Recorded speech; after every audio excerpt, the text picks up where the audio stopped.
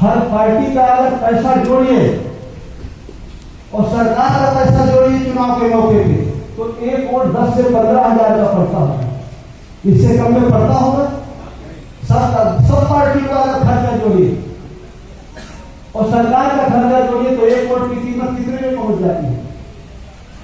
कुछ तो बात है उस वोट में, कुछ तो कारण है उस वोट का, कुछ तो ताकत है उस वोट में कि चुनाव के मौके पर आदमी आता है, सिरानी नहीं बैठता, पैदल नहीं बैठता है, पांव छूता है, पैसे देता है, शराब की बोतल देता है। कुछ तो बात है उस वोट में, कुछ तो बात होगी उस वोट में, कुछ तो ताकत होगी उस वोट में। आपसे वोट देता है 100, 200, 500 रुपए के बदले, कॉलोनी के बदले, और जब वोट देने के बाद वो राजा बन जाता है और फिर राजा उस खजाने का मालिक हो जाता है जो देश का खजाना है, और फिर हमारे हाथ में वो कटोरा दे देता है। फिर हम उससे मांगते रहते हैं कि हमारी समस्या का समाधान हो। ये जीवन की एक गलती है हमारी जो थोड़ी देर शांत रहो। अगर हम जीवन की ये एक गलती ठीक कर लें तो हमारे मालिक नहीं बन सकते। ये जीवन की हमारी एक गलती जो उनको हमारा मालिक बना देती है, हमें गुलाम बना देती है, और वो एक गलती है वोट देने। जब हम उन्हें वोट दे देते हैं, चाहे भगवान के नाम पर दे, चाहे गाय माता के नाम पर दे, चाहे भारत पाकिस्तान के नाम पर दे, वोट दो, और जब वो वोट दे लेते हैं तो वो मालिक बन जाते हैं, हम गुलाम बन जाते हैं। और अगर ये एक गलती ठीक कर ले, वोट हम उनको न दें, हम ले लें, तो वो गुलाम हो जाए हम मालिक। बात बुनियादी सी है, एक छोटी सी बात है जो हमारी समझ में नहीं आती। चुनाव होने के बाद 4 साल 10 महीने हम ठीक रहते हैं, सब बात हमें समझ में आती है, और जब 2 महीने चुनाव में रह जाते हैं तो कौन सा ऐसा जादू आता है, कौन सी ऐसी लहर आती है, कहते हैं अब की बात रुक जाओ, अब की बात देखिए, और आप इस बात पर हंसते हो। जिस दिन इस बात को अच्छी तरह से समझ लेंगे तो जिस तरफ से मेरी आवाज निकलती है उसी तरफ से आपकी भी आवाज निकलती है। जब तक ये बात आपकी समझ में नहीं है तो आपको लगता है कि नेतागिरी है, आप नेता का भाषण होता है। मैं नेता के तौर पर आपके बीच में नहीं आया हूं, और नेतागिरी में कोई शौक के लिए कह भी नहीं रहा हूं, कर भी नहीं रहा हूं। राजनीति हमारी जरूरत है, हमारे बच्चों की रोजी रोटी के लिए, हमें इज्जत सम्मान के लिए, कि हमें देश पहले से इज्जत सम्मान से हम ये कह सकते हैं कि हमारा देश है, हमारा बच्चे को भी शिक्षा का अधिकार हो, रोजी रोटी का अधिकार हो, इसके लिए हमें राजनीति चाहिए। और कोई दूसरा विकल्प आपके पास है कि नहीं? अगर आप सोचते हो कि कोई और दूसरा रास्ता है तो है भी नहीं आपके पास। आपको धंधा व्यापार करना है, आप ये सोचिए कि आप अपना पैसा लगा लेते हैं तो हम धंधा व्यापार में सही हो जाएंगे। फैक्ट्री भी बनवाते हैं तो उसका लाइसेंस भी सरकार देती है, जिसको वोट देकर के जिताते हैं, और नेता का मन नहीं होता तो इंस्पेक्टर आता है, छापा डाल देता है, आपकी दुकान बंद कर देता है। आप ऐसा मत समझिए कि उससे बाहर कुछ है, इसलिए इस बात को समझिए। कुछ लोग जो अध्यात्म की तरफ जाते हैं, कभी कभी कहते हैं कि भगवान बुद्ध का रास्ता तो राजपाट को छोड़ के जंगल की तरफ था, लेकिन मेरा उसमें थोड़ा सा अंतर है। मैं आपको कहता हूं कि अगर गृहस्थ आश्रम में रहना है तो जंगल छोड़ के राजपाट की तरफ चलना है, तभी हमारे बच्चों को हमें अधिकार नहीं है। जरा सोचिए, ध्यान से सोचिए कि ये बरसात का पानी, हवा, धूप, इसको छोड़ करके कोई सरकार से बाहर है कोई चीज? जिसको वोट देकर के जिताते हैं, ये सड़क कौन बनवाता है? ये बिजली कौन लगवाता है? ये प्राइमरी का मास्टर लेके डिग्री कॉलेज का मास्टर तक इसको वेतन कौन देता है? इसका मालिक कौन है? एक जूनियर इंजीनियर से लेके चीफ इंजीनियर तक इसका मालिक कौन है? वही सरकार जिसको वोट देकर के जिताती है, वो यहां बैठा है, बाकी सारे उसके नीचे, और वो आपकी वोट से बनता है। जिस दिन आप अपनी वोट की ताकत को पहचान लेंगे, उस दिन हम गुलाम और लाचार नहीं रहेंगे। जिस दिन आप अपनी वोट की ताकत को पहचान लेंगे, अभी हमारे एक साथी ने कहा ना कि बाबा साहब अम्बेडकर ने कहा कि मेरे शोषित समाज के लोगों, जिस दिन आप अपनी वोट की ताकत को पहचान लोगे, वोट का सही इस्तेमाल करोगे तो दुश्मन का गला काट दोगे, और गलत इस्तेमाल करोगे तो अपना गला काट दोगे। आज शिक्षा का अधिकार आपका जा रहा है। जो कृषि कानून जो 3 बने हैं पिछले साल जून में लॉकडाउन में, जिस दिन वो पूरी तरह लागू हो जाएंगे, किसान किसी काम का नहीं बचे। 8 महीने से किसान आंदोलन में बैठे हैं, 500 लोगों की जाने नहीं है, लेकिन हमको तो पता नहीं है कि हमारे लिए लड़ रहे हैं। हम तो अपने अपने घरों में मस्त हैं, और जो हमारा नाश चाहता है उसी के गुणगान गाते हैं। 500 वो क्यों मरते हैं? 8 महीने से वो क्यों बैठे हैं? सर्दी में, गर्मी में, बरसात में उनके छोटे छोटे बच्चे, महिलाएं आंदोलन में बैठे हैं दिल्ली के बाजू में। वो सबकी लड़ाई लड़ रहे हैं, हमारी लड़ाई, हमारे बच्चों की लड़ाई। वो जीतेंगे तो हम जीतेंगे, और वो हारेंगे तो हम हारेंगे, लेकिन हमको तो पता भी नहीं। वो 3 कृषि कानून ऐसे हैं कि जिस दिन लागू हो जाएंगे, पहला तो यह है कि सरकार ने कहा कि हम मंडी भी खरीदती है, अब हम प्राइवेट को खरीद देंगे।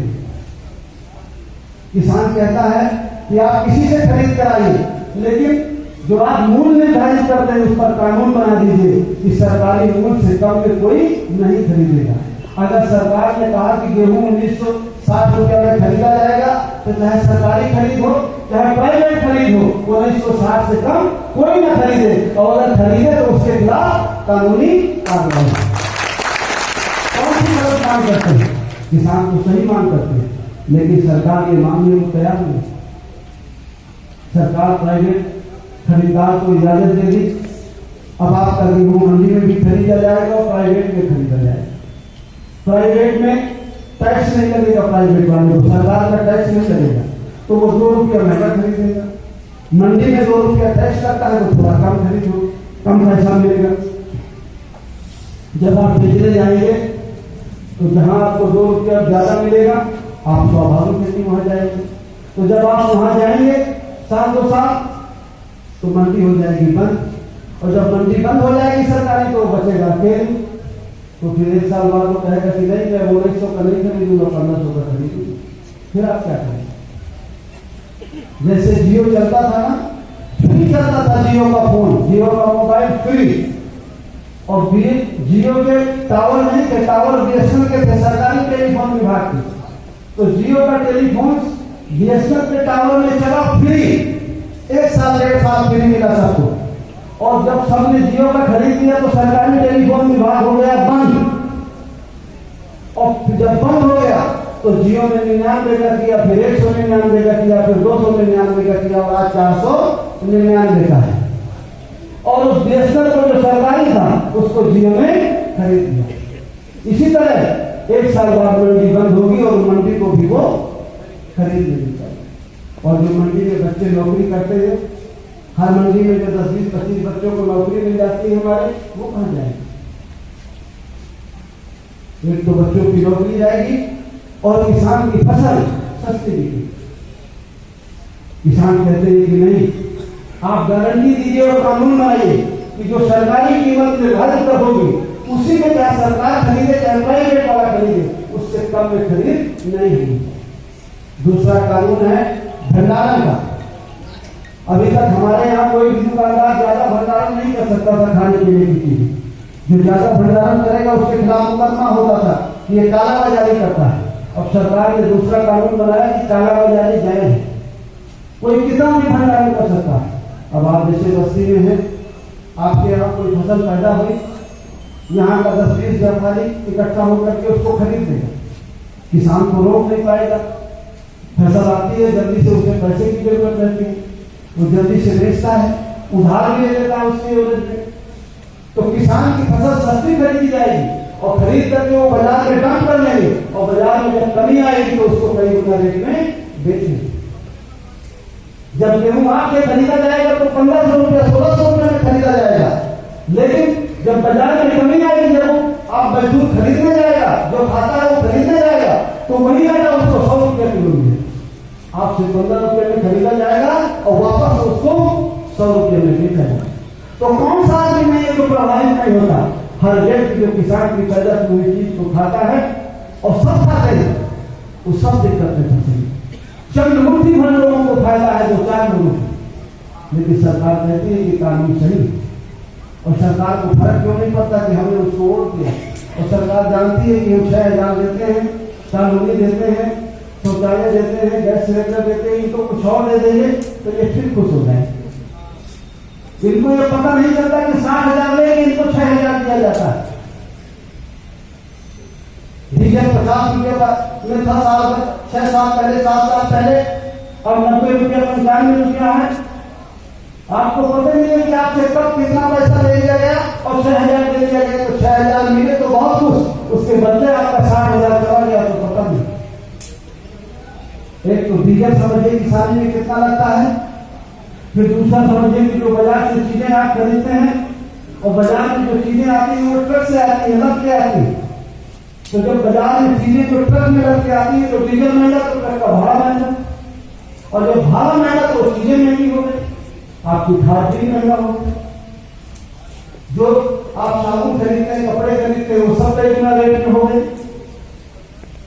डीजल बढ़ने से एक चीज नहीं बढ़ती, सारी चीजें बढ़ जाती हैं और सारी जगहों पर आपको ज्यादा पैसा देना पड़ता है।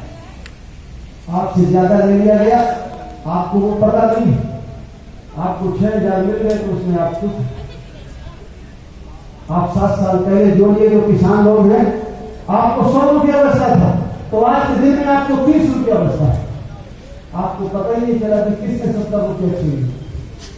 आपको तो लगता है 6,000 मिल गए, 500 मिल गए, आज तक किसी ने नहीं दिया, 500 मिल गए हम खुश। ये पता नहीं है कि ये उनका नहीं है, ये आपकी गाड़ी कमाई का पैसा है। 90 रुपया 95 रुपया का जो डीजल है, उसमें 2 रुपया पेट्रोल पंप मालिक को मिलते हैं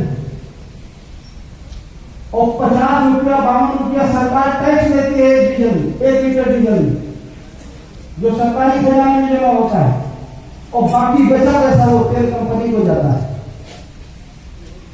पहले बिस्कुट जो आता है सबसे छोटा पैकेट 5 रुपए का, उसमें 76 पैसे सरकार टैक्स लेती है। अगर एक दिन का कोई बच्चा पैदा हुआ है, हमारा बीमार हो गया है, तो सरकार को बिना टैक्स दिए दवा नहीं मिलती, आपसे सीधे नहीं देती।